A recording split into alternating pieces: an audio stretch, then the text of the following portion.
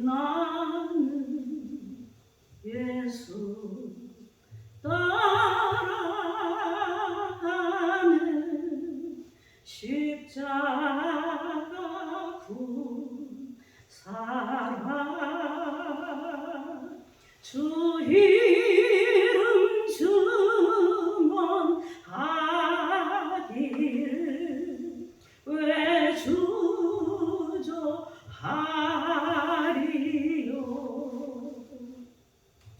다른 군사 피 흘리며 나가서 싸울 때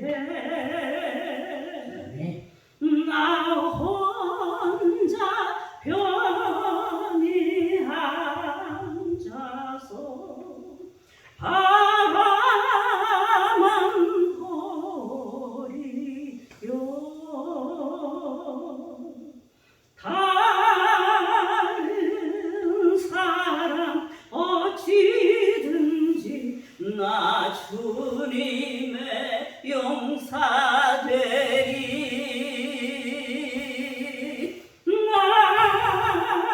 나는 주의 군사되어 충성을 맹세하여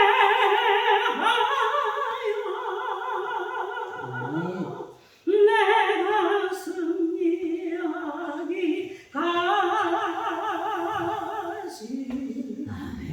주내로 싸우리. 주님의 용사된 내게 주의 일 맡기소서.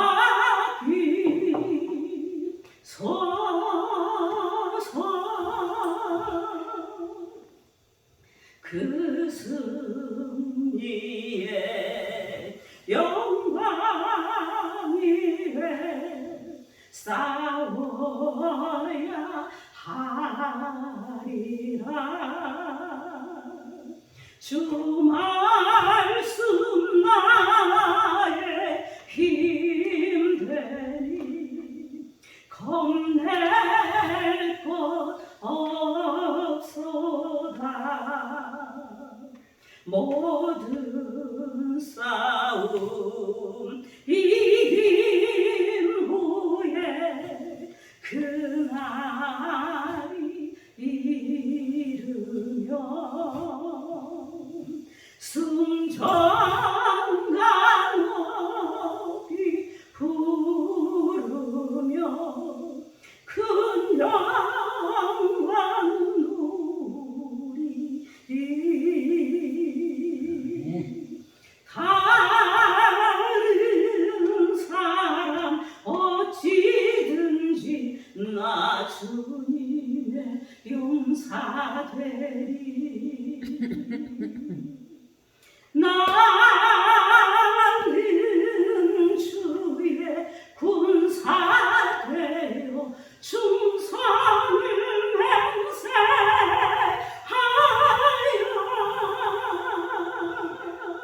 내가 승리하기까지 주내로 싸우리. 주님의 용사된 내게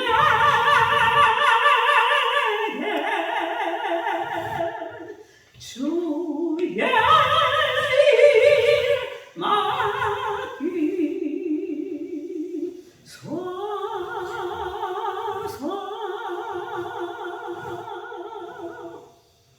아멘.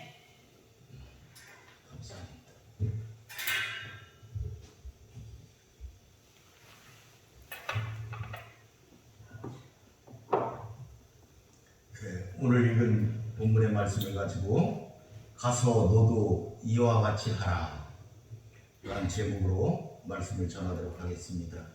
오늘 우리가 읽은 말씀은 굉장히 유명한 말씀입니다. 29절에 이웃이 누구입니까? 이렇게 율법사가 질문을 했어요. 그때 예수님께서 선한 사마리아인의 비유를 가르치시고 다시 질문을 하셨습니다. 누가 이웃이 되느냐? 이렇게 질문을 했습니다. 그때 율법사가 자비를 베푼 자는 이이다. 이렇게 대답을 하자 예수님께서는 마지막에 가서 너도 이와 같이 하라. 이렇게 명령하셨습니다. 본절에서부터 28절까지는 본문 1절에서부터 28절까지는 소위 선한 사마리아인의 비유가 나오게 된 배경이 그 앞에 기록이 되어 있습니다.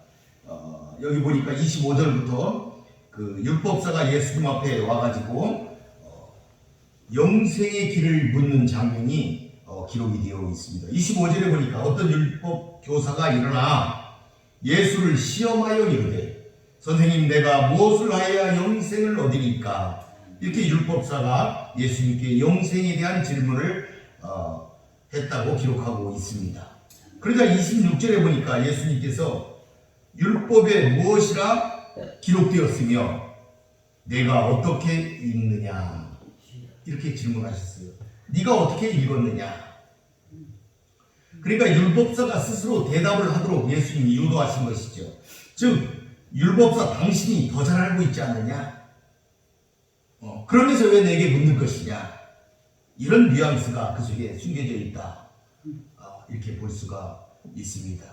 예배 시간마다 늘 반복적으로 유대인들이 암송하고 있는 것, 그것이 무엇인지를 묻고 있는 것이다. 이렇게 볼 수가 있습니다. 그런데 예수님은 네가 어떻게 알고 있느냐, 아느냐 이렇게 묻지 않으시고 읽느냐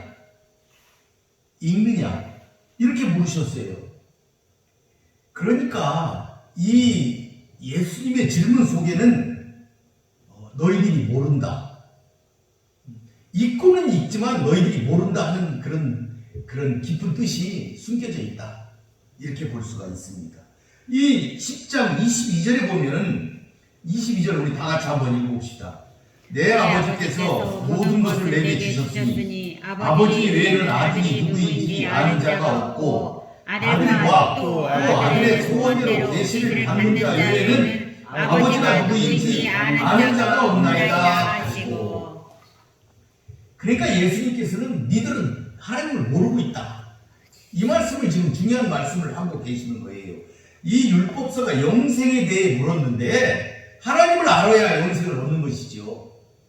그래야 하나님의 말씀을 지키고 따를 수가 있지 않겠습니까? 그런데 예수님께서는 너희들이 모르고 있다.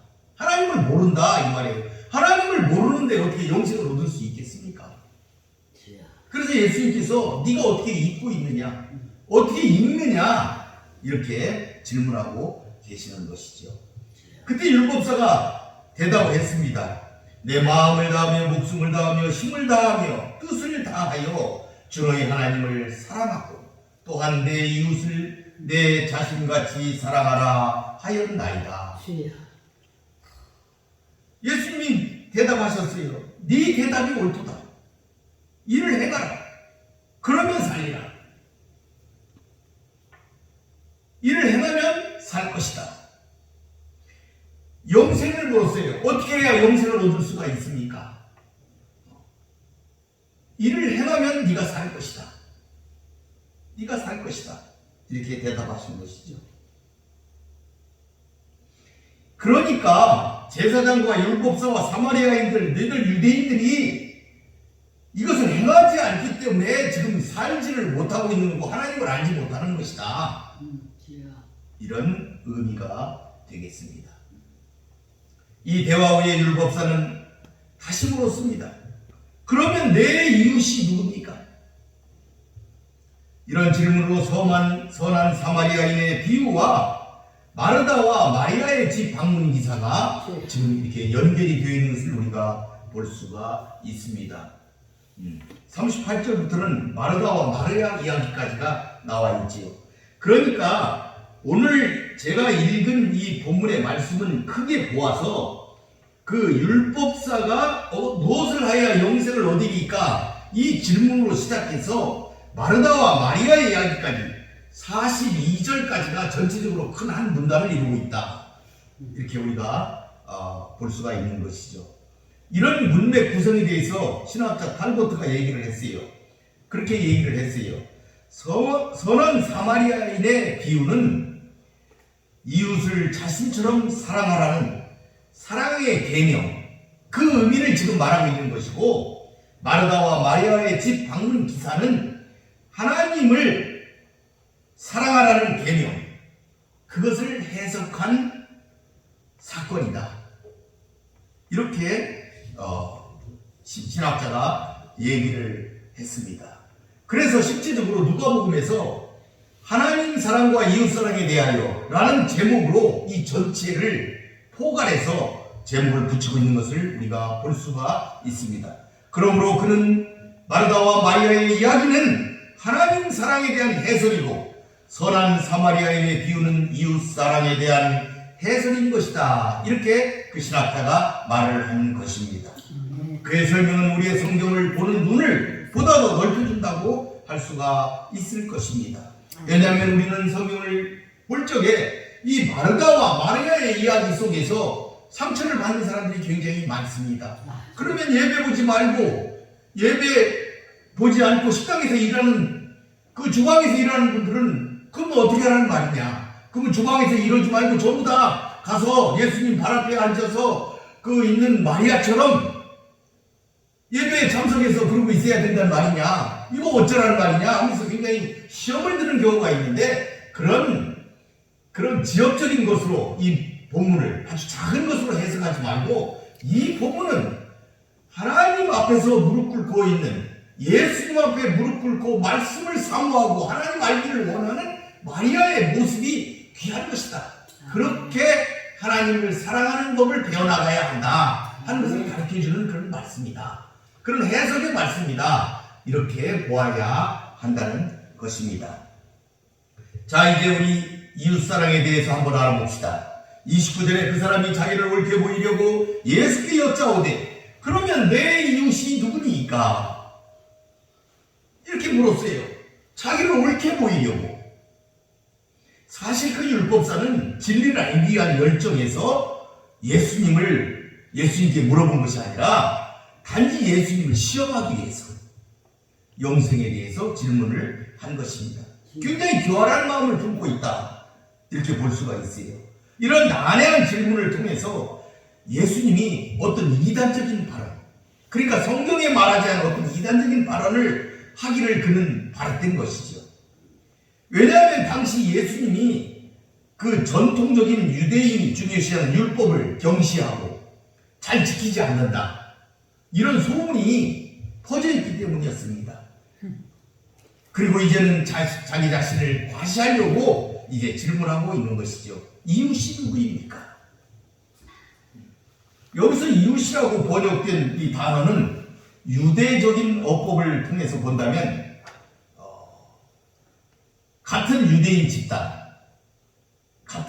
집단을 가리키는 것으로 이해를 할 수가 있습니다.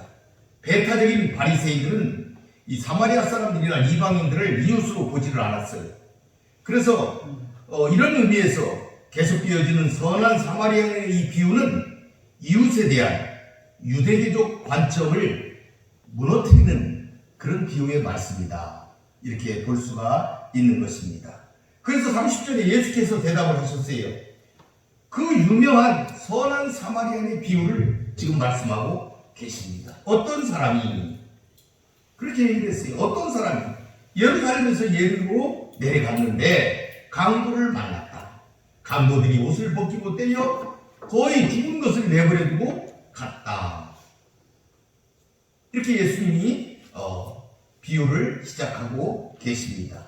이제 예수님은 자기 자신의 삶이 올바르다고 확신하며 이웃이 자기 동족뿐이라고 믿고 있는 이 율법사에게 그 생각이 들렸다는 것, 그리고 진정으로 이웃을 사랑하는 자가 어떤 자인지, 또한 진정한 이웃이 누구인지를 가르치고자 이 비유의 말씀, 강도 만난 사람의 이야기를 지금 들려주고 계시는 것이다. 아멘. 이렇게 볼 수가 있습니다. 여러분, 이 이웃사랑은 영생에 관한 주님의 말씀과 늘 연결된다는 점을 우리가 유의하면서 설교를 들으시기를 바라겠습니다. 이 말씀이 어떻게 와드냐? 영생이 무엇이냐? 영생을 어떻게 얻을 수 있느냐? 어떻게 하면 우리가 영생을 얻을 수 있을 것인가? 하는 말씀을 통해서 이웃사랑이 나왔다 하는 것을 여러분들이 기억하시기를 바라겠습니다. 여기에 언급된 이 어떤 사람, 이 어떤 사람은 한 명의 남자인 것은 분명해요. 이 남자의 이야기를 전개하기 위해서 예수님께서 도입하신 이 남자는 유대인의 남자일 것이다. 한 유대인일 것이다. 이렇게 우리가 생각해 볼 수가 있습니다. 그런데 이 어떤 남자가 누구인지 밝히려는 사람들이 사실 굉장히 많이 있습니다. 어떤 남자가 누구인지. 그런데 우리는 이 본문의 요점이 이웃의 관점에서 이 본문을 파악해야 된다 하는 예수님의 그 말씀에 입각해서 어떤 남자가 누군가, 이거보다는 이웃이 누구인지 이런 관점에서 우리가 본문을 읽어야 하겠습니다. 어떤 사람들은 이 어떤 남자가 이 고난받는 예수님이시다, 또는 죄악을 교회를 버리고 죄악된 세상인 여리고로 나가다가 만난 사람이다, 강도를 만난 사람이다, 뭐 이렇게 이야기를 하는 경우도 있지만은 우리는 이웃이 누구인가 하는 관점에서 본문을 보아야 할 것이다. 이 어떤 사람이 예루살렘에서 예리고로 내려갔다, 이렇게 기록하고 있어요.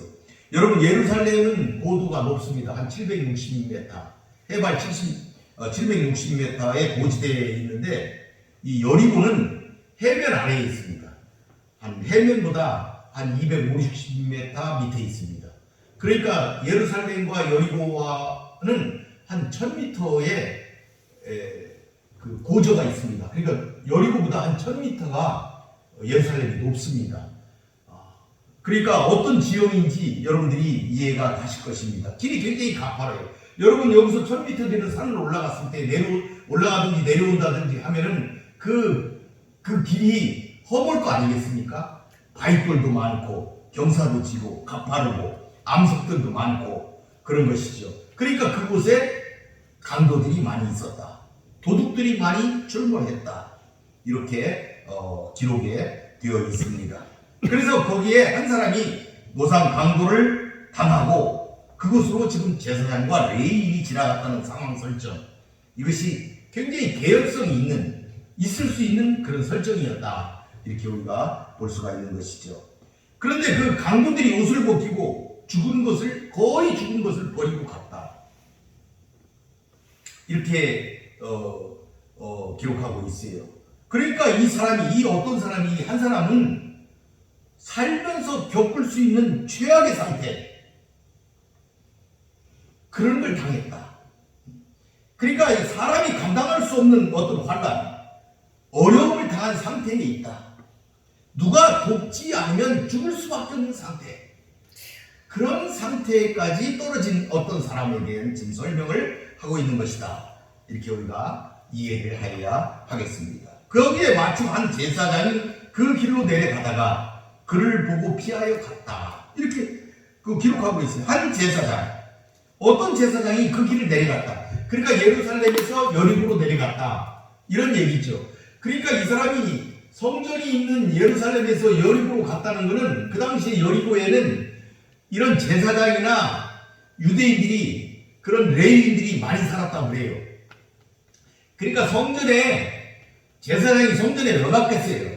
성전 봉사를 하기 위해서 가지 않겠습니까? 희생제물을 드리는 그런 제사하는 일을 하기 위해서 제사장이 성전에 올라갔다가 이제 그걸 임무가 끝났기 때문에 자기 집이 있는 여리고로 지금 내려가고 있는 길이다, 이런 암시가 이곳에 있다, 이런 말이죠. 그러니까 이 제사장이 성전 봉사를 끝내고 성전에서의 자기 임무를 마치고 자기 집에 있는 여리고로 지금 내려가고 있었다. 그런데 그가 강도 만난 사람을 만났다는 얘기죠.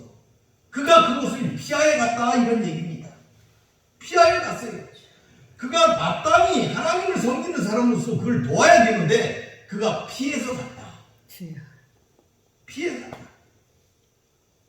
이 사람이 왜 피했겠습니까? 두려워서 피했을 것이다. 이렇게 볼 수도 있어요. 또 다른 강도가 나타나서 자기도 강도를 당하면 죽을지 모르니까 두려워서 피했을 것이다. 이렇게 얘기하는 사람도 있고, 어떤 사람은 그 제사장은 죽은 사람의 시체를 만져서 자기를 더럽혀서는 안 된다는 레위기의 말씀을 지키기 위해서 그냥 피해서 갔다. 이렇게 이제 설명하는 분들도 있습니다. 그렇지만 이유야 어쨌든 그 사람은 제사장으로서 강도받는 사람의 생사 여부는 확인할 수 있어야 되지 않느냐, 최소한의 노력을 해야 되지 않느냐, 이런 점에서 이 제사장의 행위는 정당화될 수가 없는 행위였다. 그러니까 절실한 도움이 필요한 사람의 요청을 보고도 의도적으로 외면하고 피했다는 것은 백성의 종교적 지도자로서의 모범이 되지 못하고 있다. 용납할 수 없는 비인간적인 행동이었다. 이웃사람, 하나님께서 긍휼히 여기라는 그 백성에 대한 긍휼, 그것을 저버리는 행동이었다. 이렇게 우리는 볼 수가 있는 것입니다.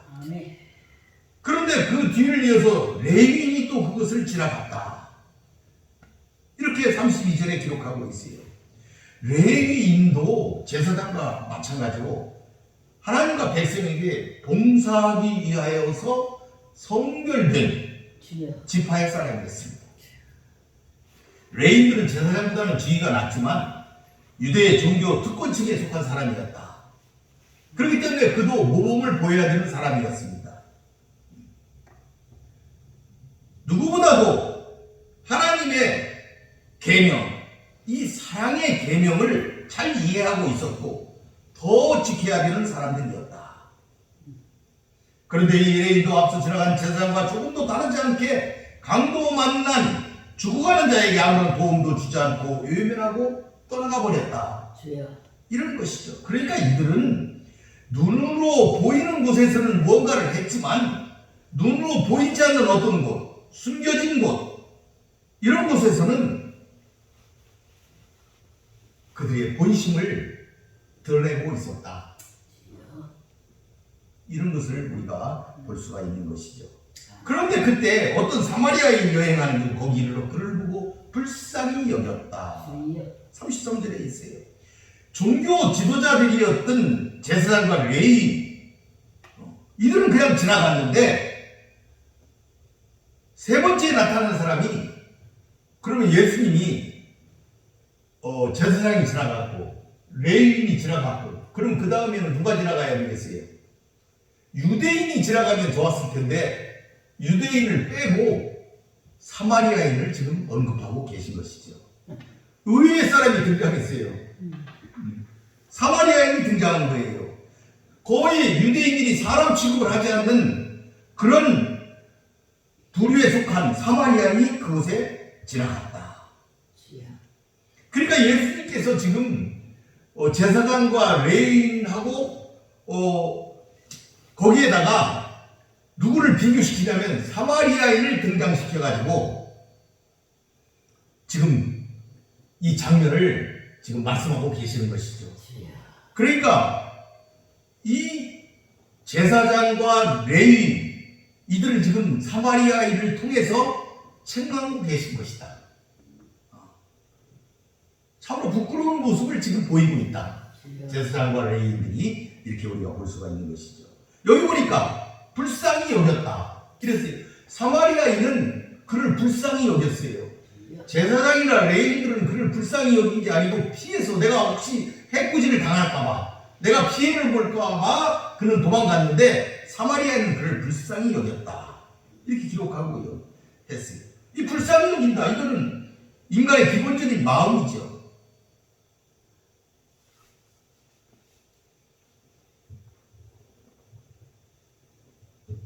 그러니까 이 말은 뭔 얘기냐면 제사장과 레인도 강도 만나 당해서 죽어가는 이 사람을 당연히 불쌍히 여겨야 한다는 이 말이 지금 그 속에 포함되어 있는 것이죠.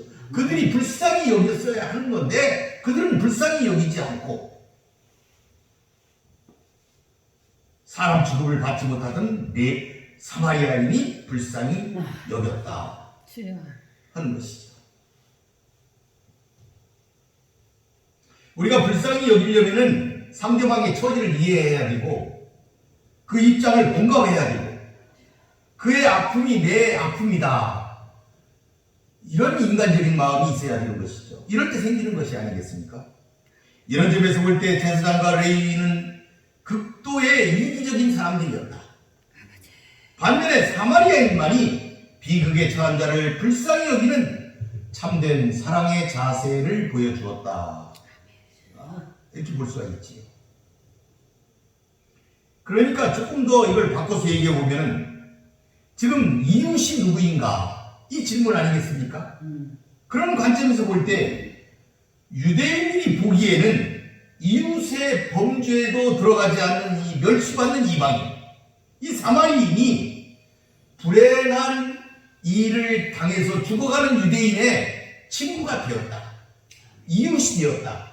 하는 점을 지금 기록하고 있는 것이죠. 더구나 그들의 친구인, 유대인의 친구인 어떤 사람 유대인의 친구인 제사장과 레위인은 그들을 보고 피해서 그냥 도망갔는데 이웃이 아닌 사마리아인은 그를 불쌍히 여겼다 이런 말씀인 것이죠. 이웃의 한계를 구별하는 배타적인 태도를 지니고 있었던 당대의 유대인들에게 진정한 이웃의 자세를 지금 예수님이 상기시켜 주고 있다. 이렇게 우리는 볼 수가 있는 것입니다. 34절에 보니까 가까이 가서 기름과 포도주를 그 상처에 붓고 싸매고 자기 짐승의 태워 중앙으로 데리고 가서 돌보아 주었다. 그러니까 사마리아인은 피하지 않고 가까이 다가갔어요. 불쌍히 여겼기 때문에 가능한 일이죠. 가까이 다가가서 상처를 살핀 후에 기름과 포도주를 그 상처에 붓고 싸매고 지극한 사랑을 베풀었다. 이 사마리아인이 무엇으로 상처를 싸맬 수 있었을까? 이렇게 생각해보면 이제 지금 같으면 붕대가 있으면 좋았을 텐데 물론 붕대를 가지고 있었다면 준비되어 있다면 그렇게 했겠지만 그게 준비되지 않았다면 그의 머리수건이나 그의 속옷을 찢어서 상처를 싸매어 주었을 것이 아닌가 우리는 생각해 볼 수가 있는 것이죠.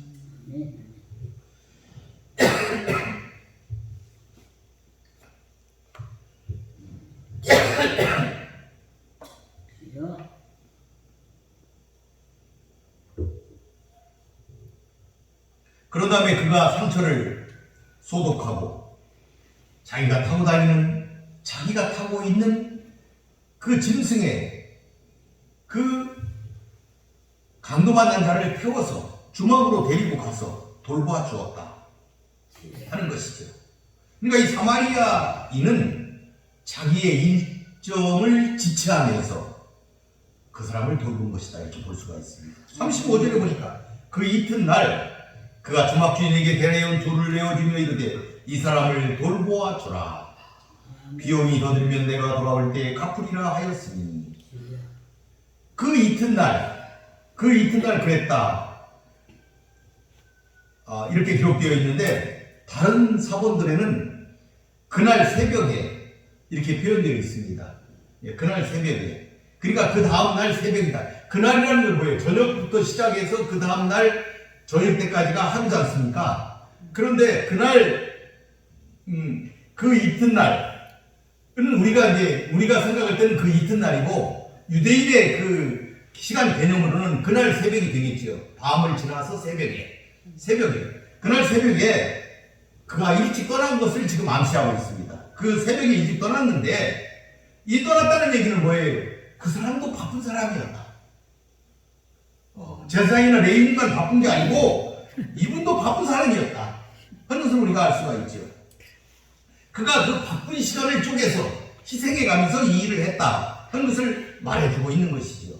데나리온을 2개를 줬다 그랬어요. 여러분 그 성경에 보면은 하루 일당이 뭐라고 그랬어요? 한 데나리온. 성경에 보면 그게 나와 있잖아요. 포도원에 들어가서 일을 해라. 내가 너에게 한 데나리온을 주겠다. 이렇게 했어요. 그러니까 하루에 그 싹시 한 데나리온이다. 이렇게 보면은 이틀 일할 수 있는 돈을 주었다. 이렇게 볼 수가 있어요.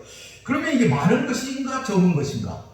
많은 것인가 적은 것인가? 이렇게 보게 되면은 그 당시에 이 풍속을 연구한 학자들은 뭐라고 그러냐면은 그 숙박비가 한 데나리온이면은 32일을 지낼 수 있었다. 또 어떤 분은 12일을 지낼 수 있었다. 이렇게 그 기록을 하고 있는 걸 볼 때에 적은 돈은 아니었다. 적은 돈은 아니었다. 그런 것을 우리가 알 수가 있을 것입니다.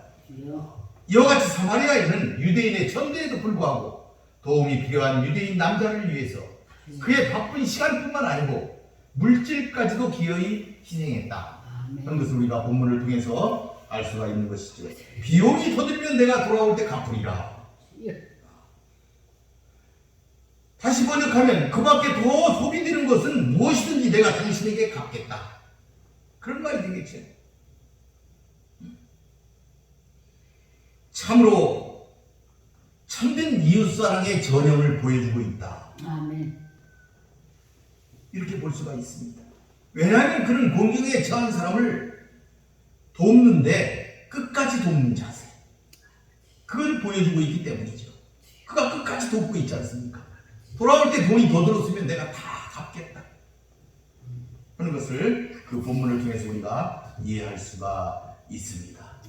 그러므로 선한 사마리아의 이 비유는 진정한 사랑은 상호간의 외적 조건을 문제 삼지 않는다는 것을 본문을 통해 우리가 살펴볼 수가 있는 것입니다. 36절에 보니까 예수님이 질문하셨어요. 네 생각에는 이 사람 중에 누가 강도 만난 자의 이웃이 되겠느냐? 예수님은 이야기를 다 마치시고 율법사가 제기하였던 질문, 내 이웃이 누굽니까? 내 이웃이 누굽니까? 이렇게 물었는데 그것을 받고 누가 이웃이 되겠느냐?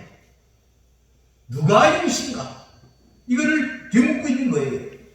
그러니까 이 질문의 요지는 강도 만난 사람이 법적인 의미에서 세 사람의 이웃이 될 수 있느냐? 이것을 묻는 게 아니다 이 말이에요. 그러니까 이 율법학자는 이 제사장의 이웃이 누군가? 레위인의 이웃이 누군가? 사마리아인의 이웃이 누군가? 이걸 묻는 게 아니고 도움을 받아야 될 자, 강도 만난 자, 이 사람의 이웃이 되어줄 사람은 누구였다고 생각되는가? 이 사람의 이웃이 누구인가? 누가 그에게 이웃이 되어줬는가? 이것을 물으신 것이다. 이런 말씀인 것이죠. 공동번역에 이렇게 표현하고 있어요. 이 부분을 36절을 공동번역은 자 그러면 이 세 사람 중에서 강도를 만난 사람의 이웃이 되어준 사람은 누구였다고 생각하느냐? 이렇게 번역을 해놓았습니다. 실제로 율법적 의미에서 강도 만난 사람을 유대인으로 보면 제사장과 레위인은 이웃입니다. 사마리아인은 이웃이 아닙니다. 그러니까 이웃도 아닌 사마리아인이 그에게 사랑과 도움을 준 경우가 된 것이다. 이렇게 볼 수가 있는 것이죠. 그러므로 문제는 누가 내 이웃이냐? 이것이 아니라 누가 이웃이 되어주는가? 인 것입니다.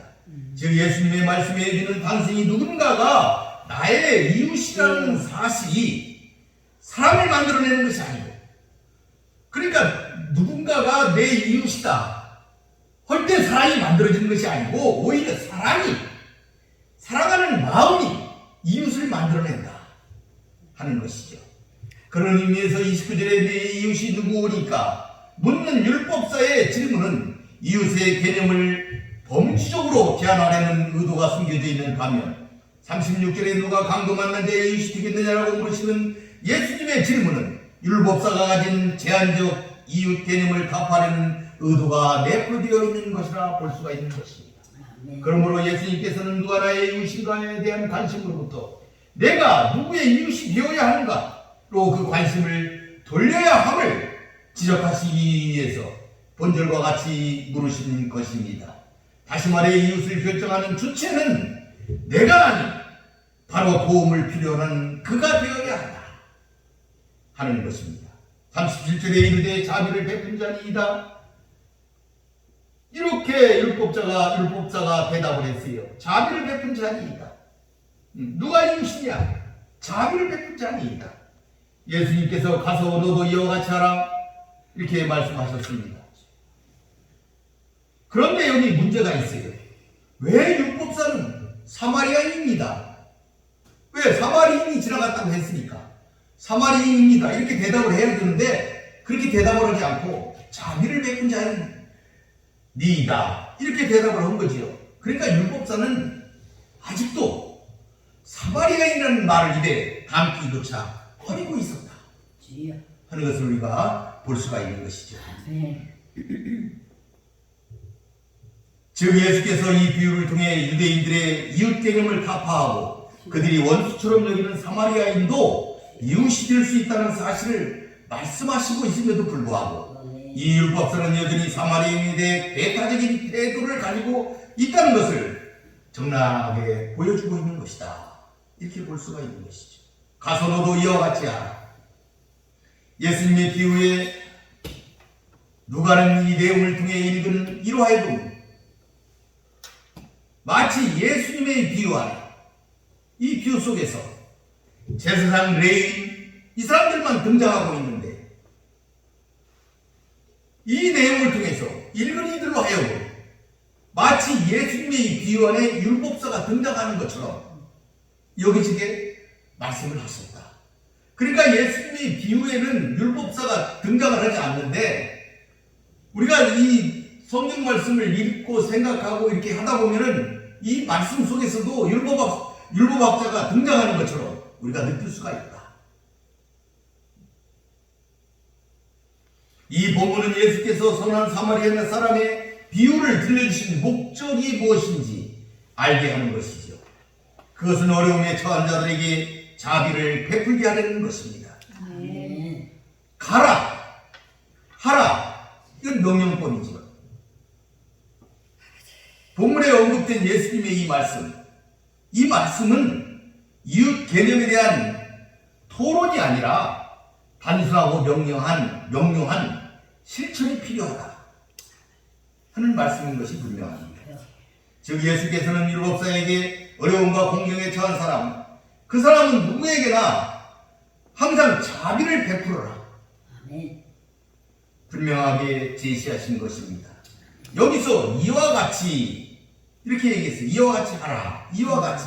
이런 의미가 사마리아인이 한 유대인에게 자비를 베푼 것 같이 라는 말이라면 이제 율법사에게 남는 것은 실제로 사마리아인과 같이 자비를 베푼 것 뿐인 셈이라는 것을 우리는 깨닫게 되는 것입니다. 이제 말씀을 정리하도록 하겠습니다. 본문은 율법사의 두 가지 질문과 그에 대한 주님의 답변으로 되어 있습니다. 율법사가 첫 번째로 질문한 것은 무엇을 하여야 영생을 얻을 수 있는가? 라는 것이었습니다. 두 번째 질문은 그러면 내 이웃이 누구입니까? 라는 질문이었습니다. 그의 질문은 영생을 얻으려면 하나님을 사랑하고 이웃을 사랑하라는 주님의 답변을 듣고 자신을 과시하기 위해 한 질문이었습니다. 그러자 예수님은 선한 사마리아인의 비유를 통하여 어려움을 당한 자에게 이웃이 되라는 말씀으로 이웃에 대한 율법사의 협소한 개념을 깨우치셨습니다. 그들은 이웃을 미리 정해놓고 있었습니다. 그러나 선한 사마리아인 유대인을 도왔으니 이 사마리아인은 어려움에 처했던 유대인의 친구가 되었습니다. 그러니까 이젠 거꾸로 유대인도 사마리아인의 친구가 되어야 하는 것입니다. 이 문제가 왜 중요하냐면 영생에 관한 말씀이기 때문입니다. 물론 무엇을 해서 무슨 행위로 영생을 얻을 수는 없습니다. 영생은 예수를 믿음으로 얻을 수 있기 때문입니다. 그러나 삼위일체 하나님을 믿는 자는 이웃을 사랑하는 자라는 사실을 우리는 알아야 합니다. 이웃을 사랑하는 자가 하나님을 아는 자이며 믿는 자이기 때문입니다. 우리는 예수님이 왜 그토록 선한 삶을 살도록 말씀하시는지, 왜 원수를 사랑하라고 말씀하시는지 곰곰이 생각해 볼 대목인 것입니다. 거기에 영생의 말씀이 숨겨져 있기 때문입니다. 그래서 예수님은 가서 너도 이와 같이 하라 라고 말씀하시는 것입니다. 만약에 믿음으로 구원받은 진리에 협소하게 매여 있다면 성경을 줄줄 외우고 하나님을 아는 것 같은 율법사에게 예수님은 그만하면 됐다, 영생이 너에게 있구나 하셨을 테지만 예수님은 그렇게 말씀하시지 않으시고 가서 너도 이와 같이 하라 라고 말씀하셨습니다. 그러므로 사랑하는 성도 여러분도 가서 이같이 하시며 사시길 바라겠습니다. 그리하여 모두 영생의 축복을 누리시기를 축원드리겠습니다. 말씀을 마치겠습니다. 기도하겠습니다. 고맙고 감사하신 아버지 하나님 감사합니다. 오늘은 영생의 의미를 묻는 그 율법사의 질문에 대한 예수님의 말씀을 같이 생각해 보았습니다. 우리도 선한 사마리아인처럼 어려움에 처한 자의 이웃이 되는 귀한 성도들이 되게 하여 주시옵소서. 그것이 하나님을 아는 길이고 하나님을 따르는 길임을 우리가 배웠사오니 우리가 이와 같이 살아내서 영생의 축복을 받게 하여 주시옵소서. 사랑하는 이 곤지암 방주이던 교회가 하나님의 사명을 감당하는 귀한 교회가 되게 하여 주시옵소서. 예수님의 이름으로 기도 올리나이다. 아멘.